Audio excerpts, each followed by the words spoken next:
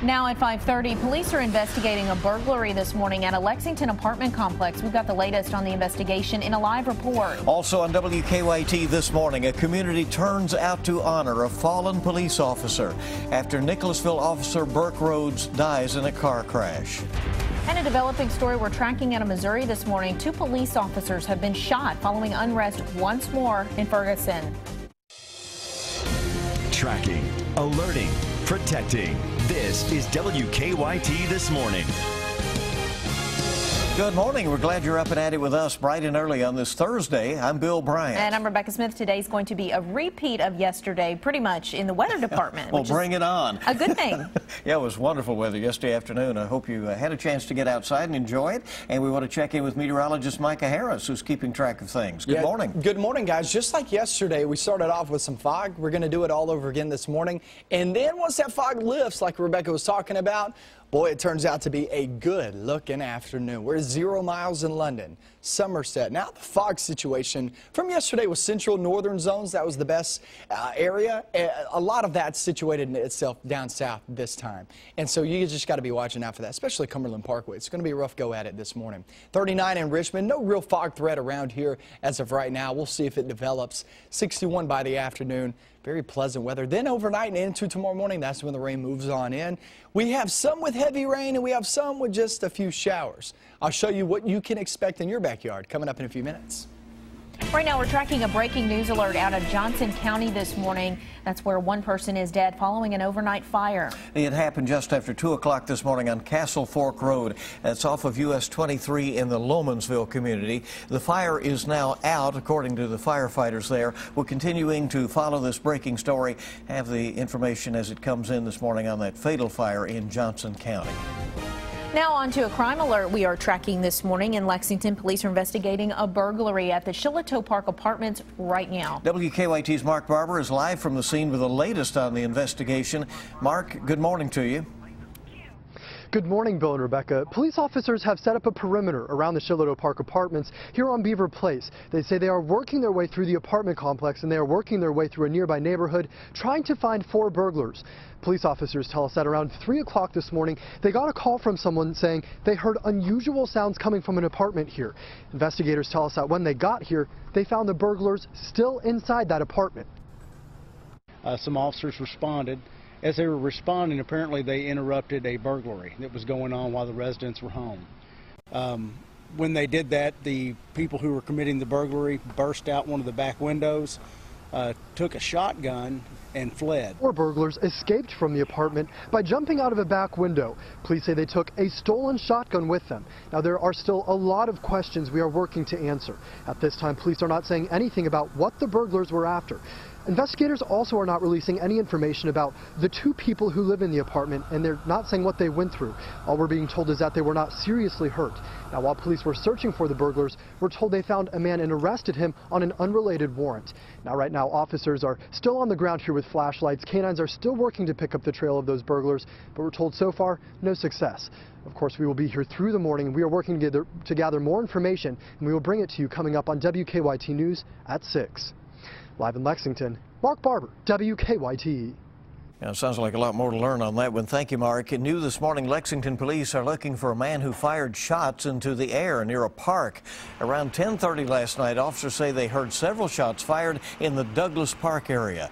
They found a suspicious man walking along Florence Avenue.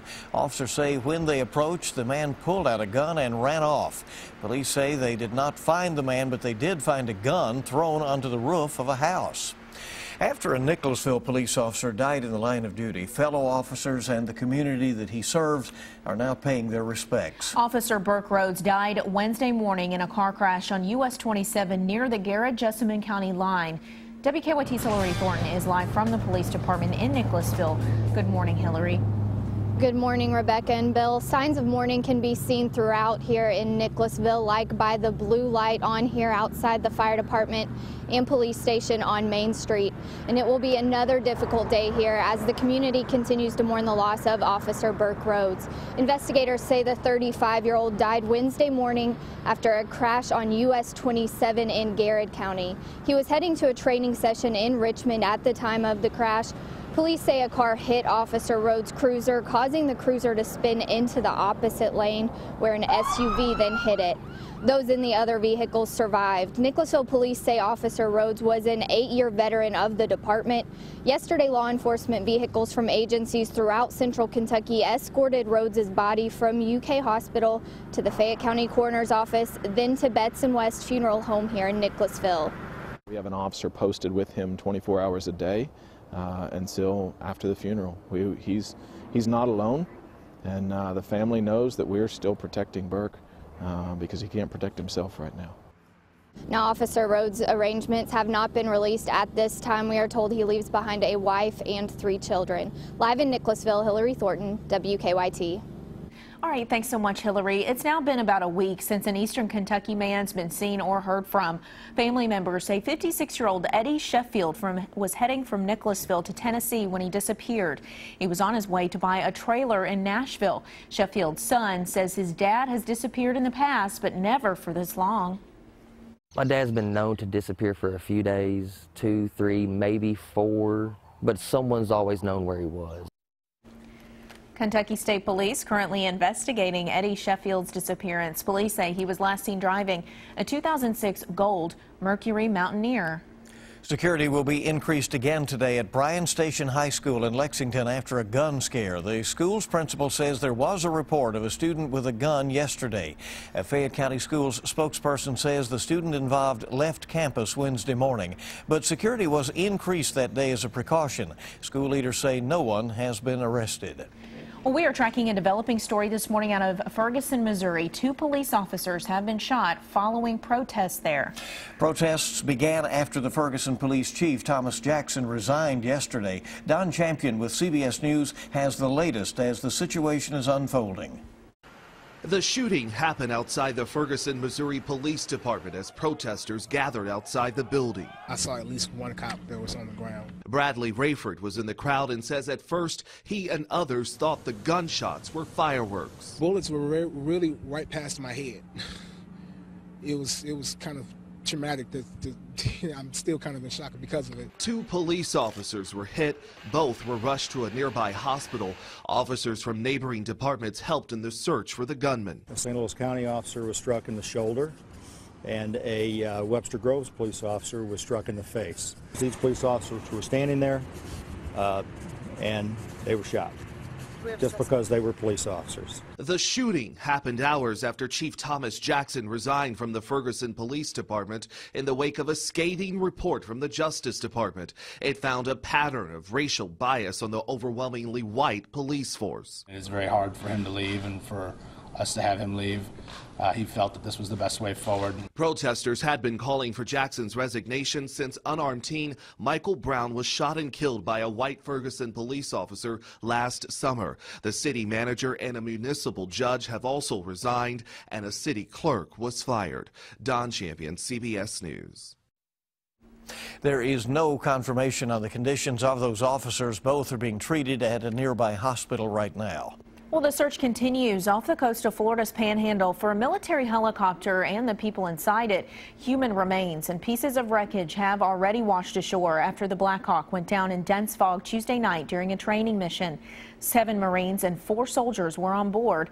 A Pentagon official says all of them are presumed dead. A Powell County couple says all of the snow and rain we've had lately has damaged their house. They were inside the house Wednesday morning when it slid off of its foundation. Sherry Havens and her boyfriend say they had to climb out a window to escape. She thinks that water flowing down their driveway is what caused the damage, but she claims that county leaders haven't done anything about it. The couple is now trying to salvage what they can from the home. They fear they won't be able to live in the home again. The Red Cross is now assisting them. Well, a bill that would help school districts with many snow days now goes on to the governor for approval. The House and Senate passed the bill late Wednesday. Under the proposal, school districts that could not reach the required threshold of 1,062 instructional hours by June 5th could seek a waiver for any remaining time. Some Eastern Kentucky school districts have more than 20 snow days this year. New results from the WKYT Herald Leader Bluegrass poll look at the political future for Senator Rand Paul. Survey USA asked more than 2,200 Kentucky voters about Senator Paul possibly running for president next year. 30% think Senator Paul should get out of politics altogether and not run for any office. 23% think he should run for both president and for the Senate next year. 19% say he should just run for president, and another 19% think he should just run for re-election to the Senate. The other 9% are not sure. Well, the Franklin County Sheriff's Office has scheduled a press conference for this morning. Deputies say the conference will be held at 11 o'clock today. They have not said exactly what they'll be discussing except for a case involving stolen bourbon. It will be at their office on Main Street. We will update you right here on WKYT.